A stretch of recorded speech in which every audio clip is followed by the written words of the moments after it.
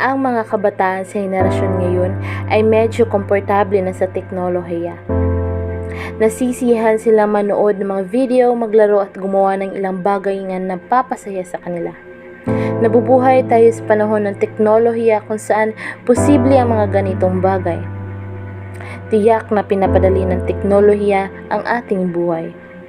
Ngunit mayroon din itong ilang mga disadvantage sa mga tuntunin kung paano natin ito ginagamit. Ang video na ito ay hindi tungkol sa teknolohiya, ito ay tungkol sa kung paano ginagawang komplikado ng mga tao ang kanilang buhay. At ito ay maaaring makaapekto sa ating lipunan, sa ating kabuhayan, sa ating kapaligiran at gayon din sa ating sarili. Nagsisimula ang lahat sa kung paano nila ito ginagamit. Global demographic. Kabilang na dito ang mga teritoryo sa iba't ibang bahagi ng bansa.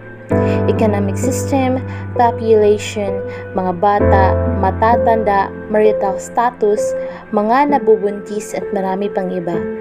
Ang Pilipinas ay isa sa global demographic.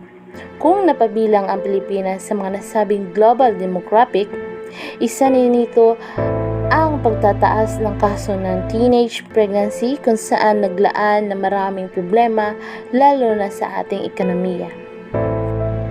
Narito ang ilang senaryo kung bakit napakabata ng mga kabataan para mabuntis. Ako si Josel, 16 years old. Sa ganito kong edad ay buhay ko nang maglakwatsa at umambay sa bar.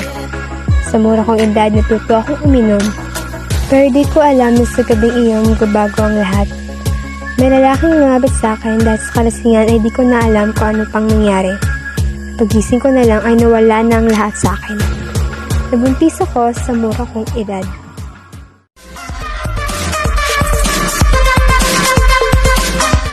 Minsan, wine, para sa'yo.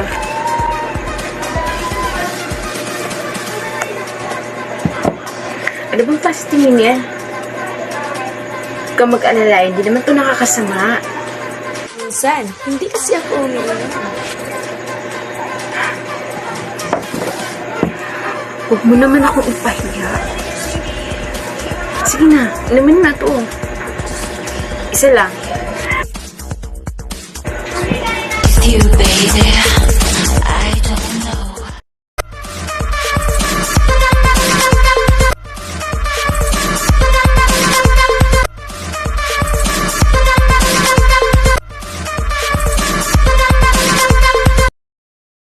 Dito tayo sa lugar na to.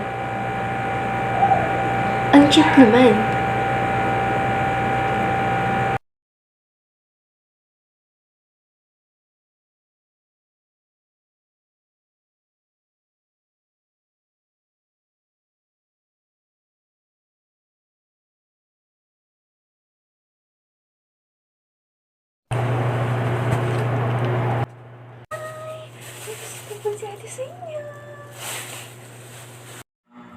Sa mga senaryong napanood nyo, gumawa kami ng roleplay kung paano maaksyonan ang problemang ito.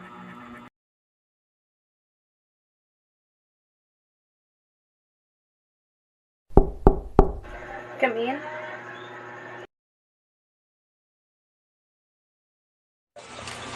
Good morning, ma'am. Yes, good day.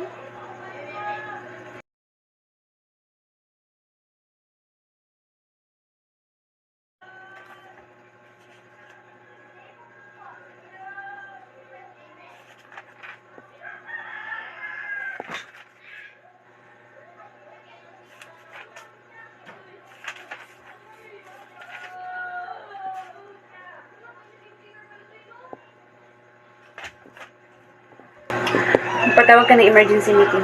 Yes, ma'am. So let's start the meeting.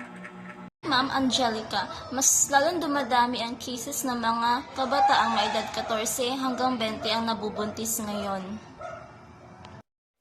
Hindi lang sa isang komunidad, kundi pati na rin sa buong bansa. Based on the demographic statistics, teenage pregnancy ang may malaking ratings. May 3 estudyante akong nakausap kung bakit maaga silang nabuntis. Yun ay dahil sa kanilang kaharasan at sitwasyon ng kanilang pamumuhay. Anong ibig mong sabihin? Based on my demographic data, employment, economic status, women, men, matatanda, rural, urban, sa bawat batang nabubuntis ay may kanyang-kanyang istorya bukod sa pagkakaroon ng nobyo. Mayroong hindi magandang nangyayari sa ating mga kabataan. Isa itong malaking hakbang sa ating lahat na kailangan ng maagang solusyon upang hindi natataas ang mga ganitong problema. Dahil kapag napatuloy pa ito, maaapektuhan ang ekonomiya sa ating bansa dahil sa dami ng populasyon at kahirapan ng ating mga mamayang Pilipino. Bawat bansa may ganito din kaso, gaya ng USA, Canada, at South Korea at marami pang karating bansa. Pero naagapan naman nila to dahil sa ginawang aksyon. Ano ang nakita niyang solusyon dito, ma'am? Emergency meeting, bawat leader ng iba't ibang departamento. Bukod dito, dapat kailangan din nating isulong ang paggamit ng kondom at pills sa mga kabataang aktibo ang kanilang mga sex hormones upang mabawasan ang pagdami ng mga kabataang nabubuntis ng maaga. Sa mga karating bansa natin, pills at condom din ang ginagamit upang maibsan ang teenage pregnancy. Proteksyon sa mga kabataang naaabuso ng karahasan, kailangan din nila ng kaalaman tungkol sa batas upang sila'y maproteksyonan. Sa pagsulong ng ating advokasya para maibsan ang paglaki na ganitong kaso, bawat paaralan ay kailangan nating puntahan. Kailangan natin makausap ang bawat sektor o dito upang magawa ng maagarang aksyon. Gawin nating speaker si Miss Desire para sa mga kabataan para dito. At tayo naman ang gagawa ng hakbang upang mapagtipon natin ang mga kabataan sa loob at labas ng paaralan. Social media platform ang kailangan natin ngayon dahil tumaas na naman ang kaso ng COVID-19. Maigi ito upang maiwasan ang pagdami ng COVID-19 patients. At para na rin sa seguridad ng ating mga kabataan. Good morning. So this short meetings and shorted as a speaker of this event is I just want to give the brief and concise of the purpose that we wanted to produce and be produced. So as a global reported in the global demographic, the Philippines is one of the first increasingly of the teenage pregnancy, unlike from the Western countries and the neighbor countries that they have lower cases of teenage pregnancies as the part of global demographic. And now, another part of it is the populations, the territories, the economic system, the status. But the Philippines is the number one in the teenage pregnancies.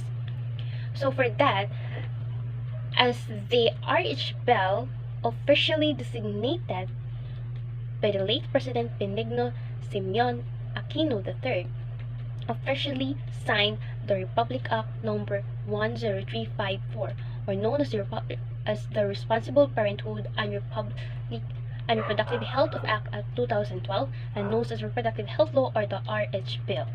So what is the purpose of this law?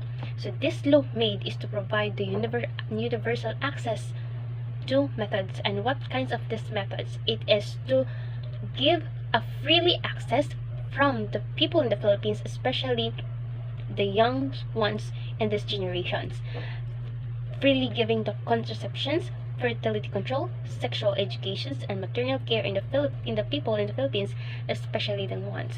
This is to control the birth of the teenager who give birth as 18 years old below. It is because this can affect to the economic system of the Philippines.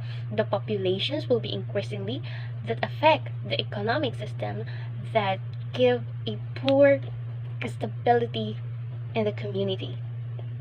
The second one is this kind of violence that the abuses from the families, relatives, and the people surrounding this, because that some of the young teenagers that we've interviewed is they have this kind of pregnancy. It's because of the abusive families and for the living status, and then also for the relatives that they can get. So now that we also give these advocacies to the teenagers and enable them to protect from the harmful person surround them. So this act called the Republic Act 9262, the Anti-Violence Against Women and Children's Act of 2004. And what are those several acts of violence that they experience? First one is the physical abuse. The second one is the sexual violence. Third, the psychological violence and economic violence. So how they can complain of these kinds of violence? He or he may file a compliance or case under the revised penal code. So for those who are there outside that who use these kinds of violence, be ready, because we will fight for the sake and for the protections of the teenagers. Dahil ang kabataan ang pag-asa ng bayan.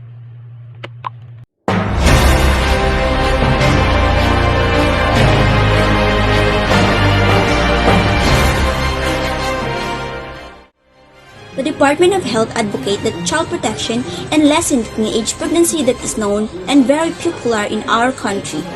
The report, JECEL. Magandang gabi, Remilyn. Kanina ng umaga, alas 10 ng umaga, ay gumawa ng hakbang ang DOH dahil nga sa pagtaas ng kaso ng teenage pregnancy. This meeting that we have is to protect our teenager and young child by the abusive society that resulting pregnancy. That's the first case that we want to advocate. The second one is supplying the pills and condom and other protection to avoid pregnant for those teenager that has active sex hormones.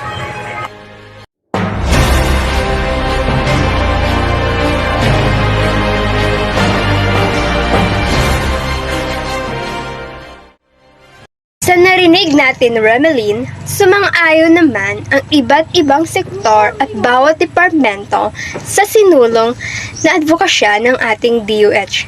Balik sa iyo, Remilyn. Maraming salamat, JECEL. Tama naman ang ginawa ng DOH. Sa ibang bansa nga, pills at kondom ang binabahagi. Gaya ng Canada, kaya maunlad ang bansang Canada at US dahil sa suportang kanilang mga pumunuan na maibsan ang pagdami ng populasyon. Yan ang balita ngayon. Magandang gabi. Bangon Pilipinas. Bagong mukha. Bagong pag-asa.